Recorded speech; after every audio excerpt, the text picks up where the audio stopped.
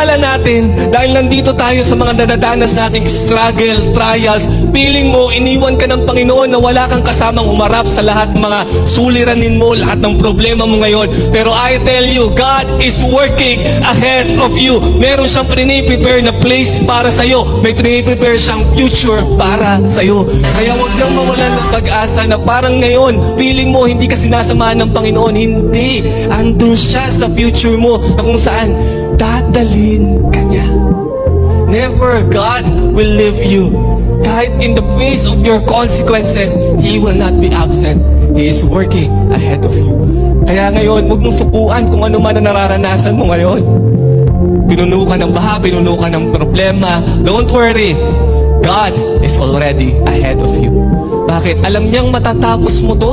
Alam niya during this time that you are struggling, during this time that you feel like He's absent, alam niya matatapos mo yan, malalagpasan mo yan, kasi papunta ka doon. Merong future na naghahantay sa'yo.